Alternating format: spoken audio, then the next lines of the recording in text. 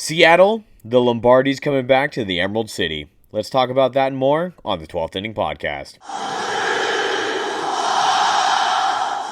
How's it going, everybody? Welcome back to the 12th Inning Podcast. My name is Rich, joined as always by my buddy Mitch, and that's right, the Seahawks are your Super Bowl 60 champions. They beat the Patriots 29-13, and it wasn't a pretty game by any stretch of the imagination, but you know, the Seahawks still come out on top. We'll be breaking it all down on today's episode, and we'll start. Mitch, how are we feeling, brother? It happened. It happened. It's happening. Oh, it was after it happened. I'm like, is it real? Is it real? I literally could not let myself believe we were Super Bowl champions until that clock hit triple zeros. There were 12 seconds left. They were still down, obviously 29-13, and obviously there's no way they're coming back being down that far in 12 seconds. And I still was like, nope, because I don't know. It's just anything could happen. They could suddenly get like just a Hail Mary right here, touchdown, somehow recover the onside kick, get another Hail Mary, and now we're up by 2 only, and something horrible happens. Like, it was just so much that I'm just like, nope.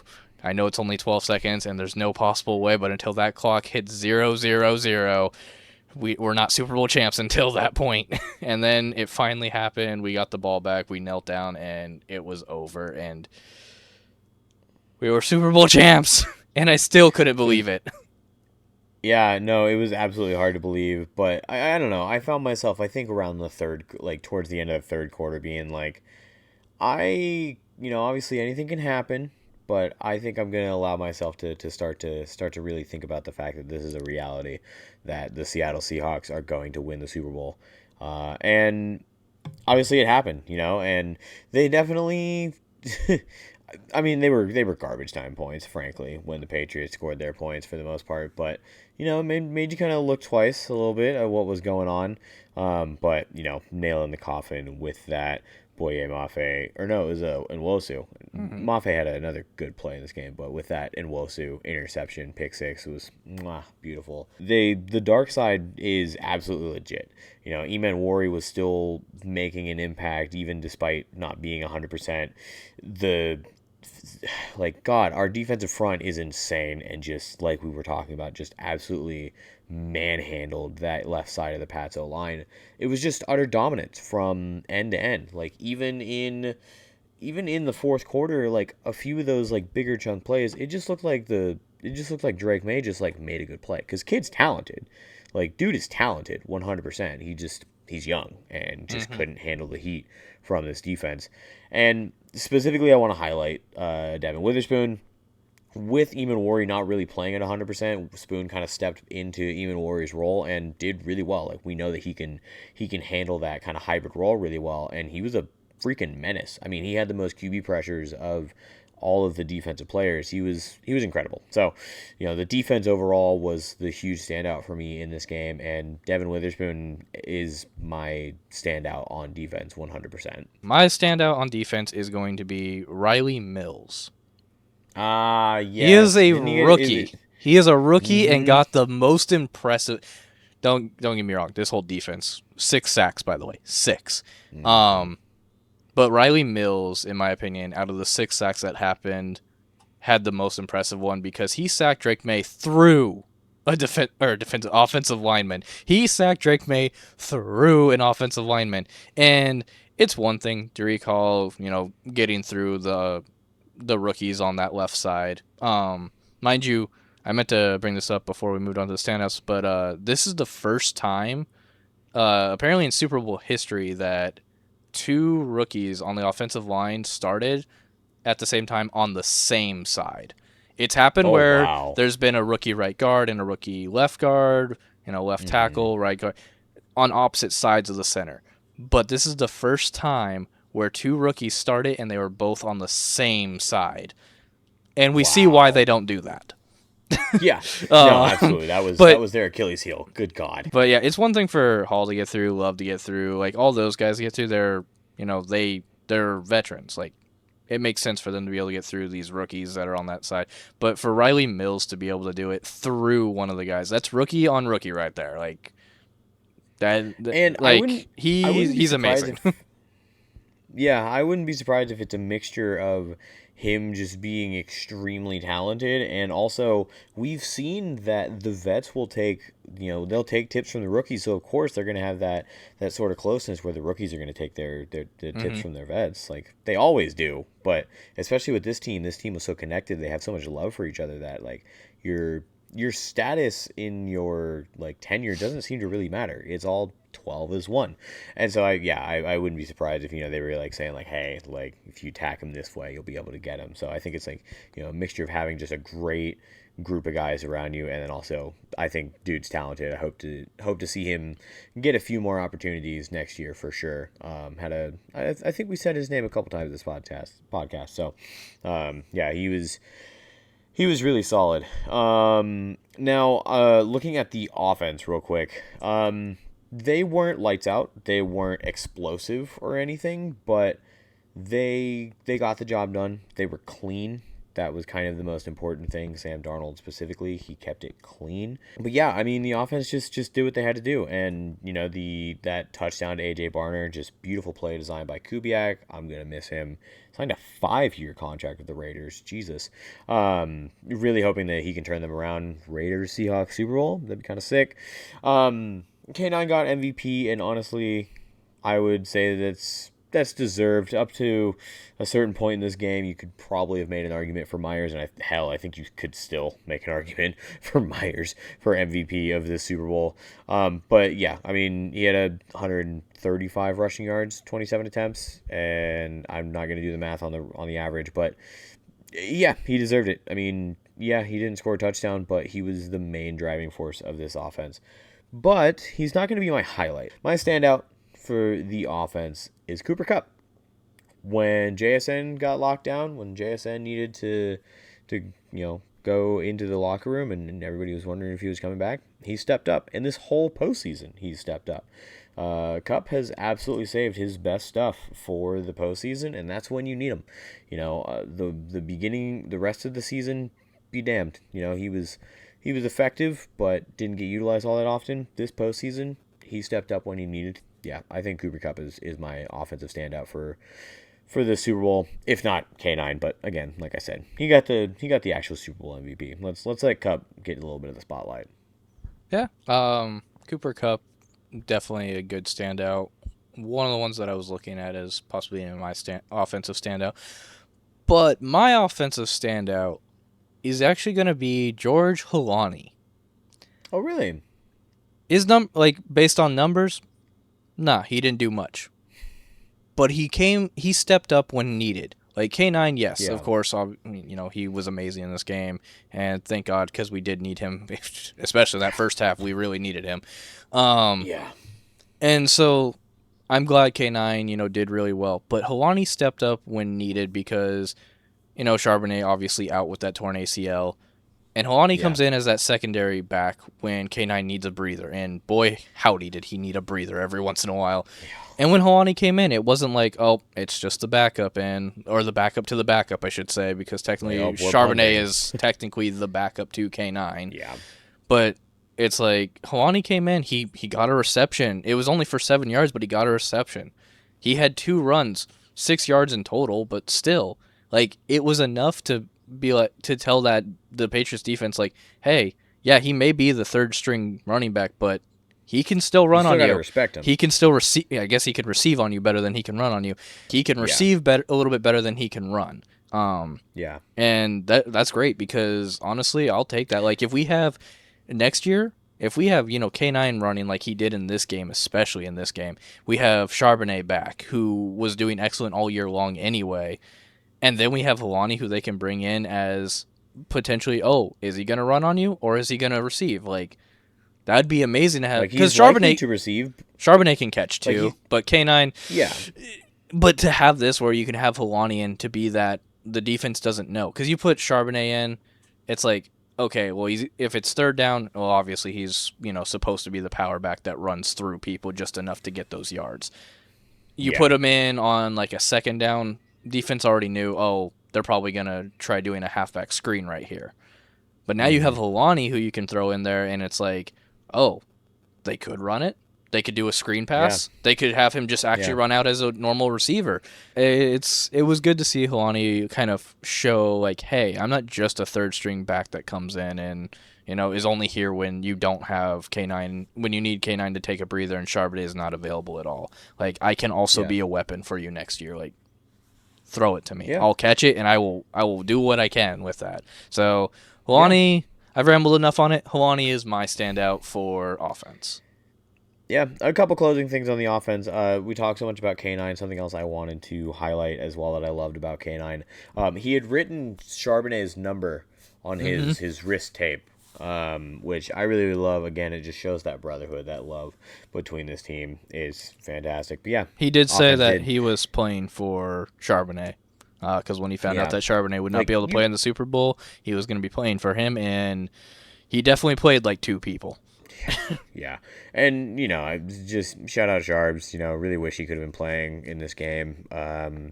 Unfortunate, but excited to see him come back next year. But the offense did exactly what you kind of needed them to do. You would have liked a touchdown or two more, but they got you down to get some points. And the special teams was incredible for this game. Shout out Michael Dixon, honestly, for being the best punter in the league. Just absolutely beautiful coffin punts. Also, Myers, like we mentioned earlier, very well could have been MVP of this game. It was 12-0 at one point in this game, and it was Myers. Like, Myers was the only one. I think he had 5 field goals, which was the Super Bowl record or something like that. Like, dude was out here kicking footballs through records, much less just goalposts. But neither one of those guys are going to be my standout. My standout is going to be Rashid Shaheed. Dude he didn't have a huge return or anything like that, but one, he's so good of a returner that he makes the kicking team have to skirt around him. Like, they don't want him getting a hold of the ball.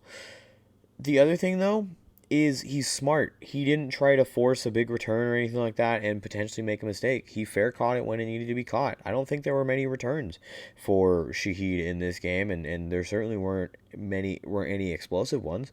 And honestly, sometimes that's okay too, because I'd rather that be the stat line than him have gotten a fumble or something. So yeah, the special teams was just special at all phases of the ball. It was awesome to see. Yeah, special teams, they were excellent, just entirely. It is hard to pick like a standout. Jason Myers is definitely getting that love, so I'm going to give it to Michael Dixon because those punts were excellent. Like, they were perfect. Every time they needed to be, they were perfect. Even when they didn't fully need to be anymore, he was still hitting perfect punts. And so I'm giving my standout to Michael Dixon. There's not much more to say than he's just, we have the best punter ever. We better never let him go. Yeah, he is hands down the best punter, like, at least in the league. I feel like he's incredible. He's incredible. And this whole team is incredible. I mean, this team is champions, dude. Going into it, nobody had us doing anything, and you and I, we believed in our team. Yeah, I mean, some of it was probably a little bit of gusto by the fact that we were Seahawks fans, but no, like, I know you and I, when we were coming up with our preseason predictions, like, we really tried to be realistic and think about, what can this team do, and we believed. Nobody else did, and we play in the toughest division in the league, but we won in a division rival stadium, and we did not care. It was an incredible season all around. Just real quick on Jason Myers, him getting the 5 field goals, obviously, is the Super Bowl record now. It broke a 4-way tie. So the 4-way tie was between, and this is going to be going from most recent to the earliest it happened. Yeah. So the 4-way tie was between Jake Elliott of Super Bowl 59, Harrison Butker, and make sure I didn't read that wrong, of 58, Ray Wershing of 16, and Don Chandler of 2. Oh my God. So those were the four Damn, names that did have 4 field goals in Super Bowls prior. And Jason Myers did, add his name to that list for a minute, and then he went, "No, I don't want to be part of that anymore." Like, no, And I want to throw myself. and now, granted, I mean, it wasn't really his choice. It was, the offense got him close enough, and he went, "I'll make this." So Yeah. that was good. Yeah. But yeah, so he is, Super Bowl history. Like, he is Yeah. now the only kicker to have 5 field goals in a Super Bowl. So It's crazy. What else you say about this season, man? It was awesome. Now, there are some different little tidbits and storylines I want to highlight real quick before we move on to anything else in the show. Before I do that, Mitch, I want to give you the floor if you have anything you've kind of picked up that you wanted to mention. no, I've said all I had on this. It was just a defensive showdown, pretty much, until the fourth quarter when both teams finally realized how to score touchdowns. Yeah, I'll start by asking you something, actually. Like, when we're talking about storylines, the main thing is going to be Sam Darnold, right? Going from the Jets and then the Panthers. Like, his story has been talked to death at nauseum this season, and honestly, for good reason. It's one of the best stories, I think, in American sports, period. And so, with that, knowing what he came from, and, now he is Super Bowl champion Sam Darnold, do you think this finally shifts the narrative for Darnold, like, nationally? Obviously, I think it obviously shifts it locally, but, like, do you think this shifts the narrative for Darnold at all? Yes. I think it does, especially considering I love what I've been seeing of Sam Darnold wasn't seeing ghosts in this game, but Drake May was. Help!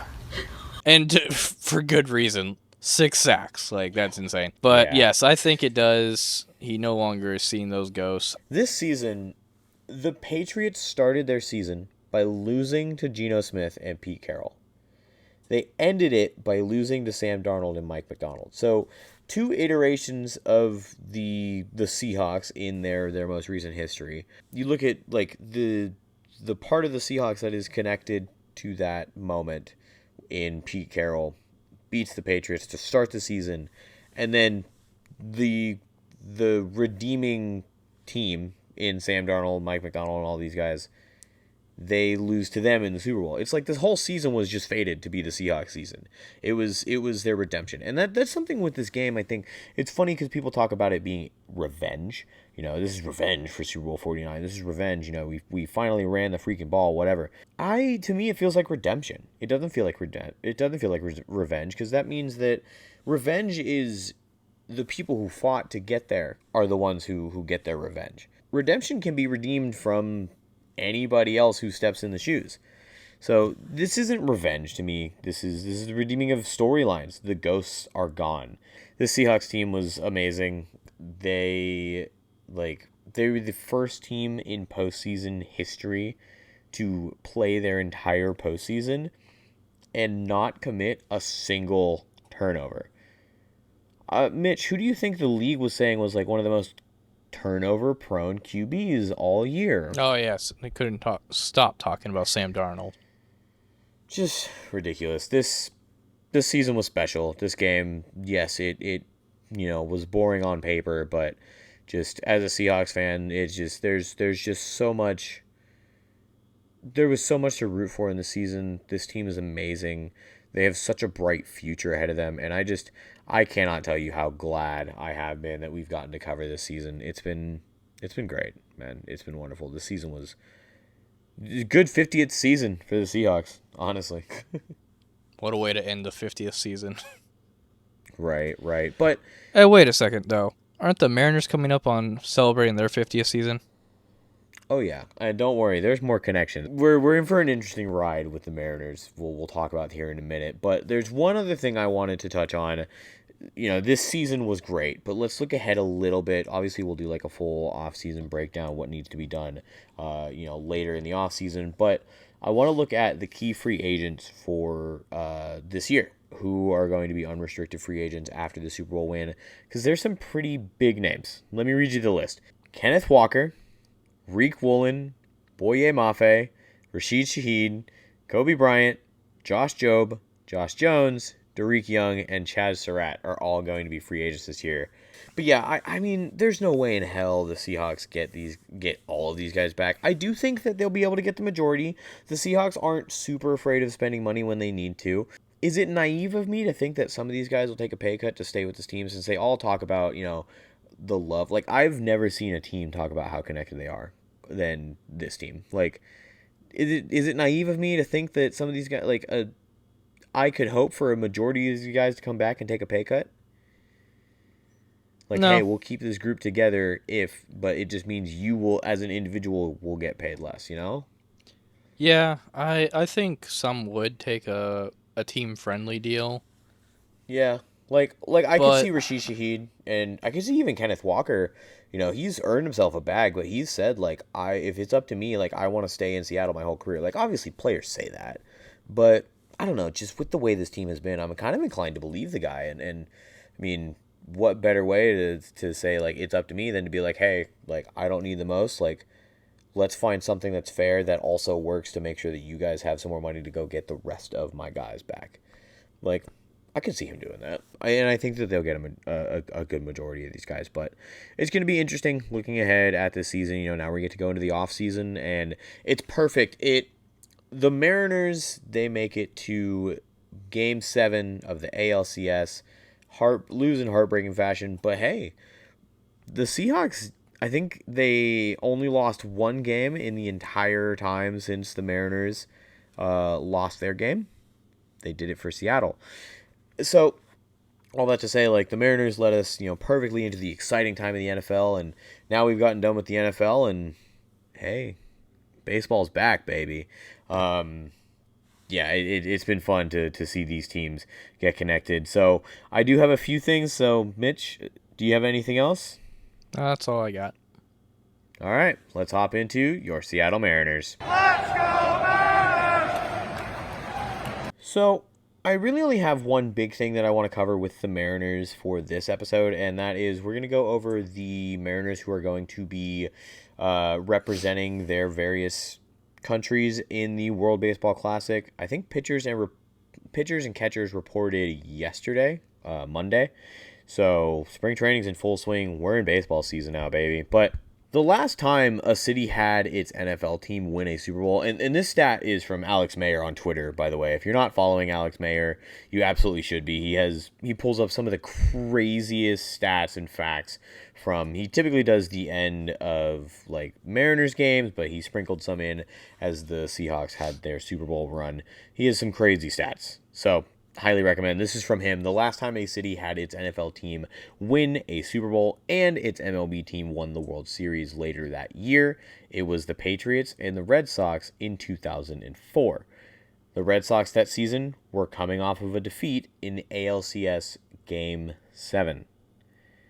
It is written in the stars. And also, 2004, that Red Sox win broke one of the longest, or I think it was the longest World Series drought in playoff history at that point.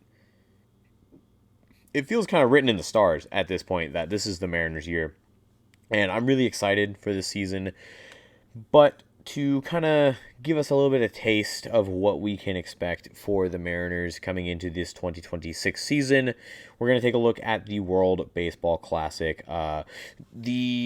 Raise the Trident, Jake Raise the Trident on Twitter, he put together some awesome graphics, kind of putting all the stats together. Obviously, we don't have any stats for these guys, but it is a list of all the players who are playing. So we'll start with the pitchers. Gabe Spire will be pitching, Andres Munoz, Edward Bizardo, Dane Dunning, Charlie Bellinson. I'm sorry, I don't know prospects. A lot of these guys are going to be prospects, which will be fun for some of these guys. Abdiel Mendoza, Dylan Wilson, and Guillermo Zuniga. I'm sorry. I'll have to learn how to pronounce that one. But another pitching prospect. Moving on to the hitting stats, who we have for our offensive players. Cal Raleigh, of course. Julio, of course. Randy, Josh Naylor. Which, speaking of which, so Josh Naylor is representing Team Canada. A surprising non-player for Team Canada, Matt Brash. I don't know if he just chose not to play in the World Baseball Classic. It's possible he is coming off of a Tommy John injury the year before, so he might just want to take it easy. But yeah, kind of surprising to not see him representing Team Canada. But Dominic Canzone, Miles Mastroboni, and prospect Michael Arroyo are also all representing their respective nationalities. So it's going to be interesting. We'll get a lot of these guys, a lot of the major leaguers, Gabe Spire, Andres Munoz, Pizarro, Cal, like all the major leaguers. It'll be interesting to see how they play. Something too with this that I think is going to be interesting. Julio Rodriguez is a notoriously slow starter, right? Like, I think even you noticed that in this past season, just how slow he can start. Mm-hmm. And I'm hoping that with the World Baseball Classic, this kind of gives him, he's going to be playing, because obviously there's spring training, and you get the reps at spring training, and that's helpful. And it helped last year, too. He got more reps at spring training than I think he normally does, and he definitely was a little hotter towards the beginning of the season, but still cold. WBC is a totally different intensity. You're playing for a championship. You're playing 100% go, and so I'm really hoping that with this extra time to warm up basically and get up to where he's at, hopefully we see mid-July Julio about a month earlier or something like that. It's going to be interesting, but yeah, man, I'm excited for this season for the Mariners. I'm excited to hopefully share some more special moments for you. I think without a doubt, if the Mariners win the World Series, this is the greatest year in Seattle sports history. Honestly. Yeah. One other thing, and then Mitch, if you have anything, I will let you take the mic.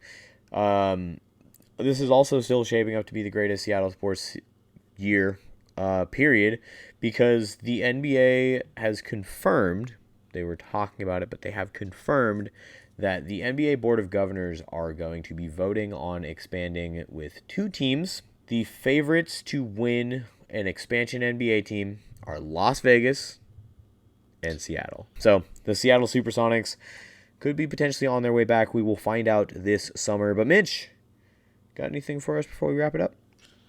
Governor Bob Ferguson, he's pushing for Seattle. He lends a lot of fire to Seattle being one of the favorites because he had that personal conference with Adam Silver, the NBA's commissioner. So it's like, hey, they wouldn't be having a one-on-one conference if they weren't seriously in the running to get a team back. So that's why I kind of let myself believe it. And like we've mentioned multiple times on this podcast, like if the Sonics become a real thing, we might need to find a way to work basketball into this podcast. I'm ready to become a basketball fan if they come back. Yeah, just a good time to be a Seattle sports fan, like we always talked about. Real quick, actually, before we wrap up, want to give a shout out to if any of my Dawn Delivery peeps are listening out there. I had a friend of mine who was pushing me to put it in our work group chat. So if any of y'all are here this far into the episode, hell yeah, appreciate it. Thank you guys. But yeah, I'm Rich. This is Mitch. The Seahawks are Super Bowl champions, and the Mariners, they're going to make the World Series. So with that, like we always say here on the 12th Inning Podcast, Trident's up. Go Mariners. 12 is 1. Go Hawks. Super Bowl champs. Woo!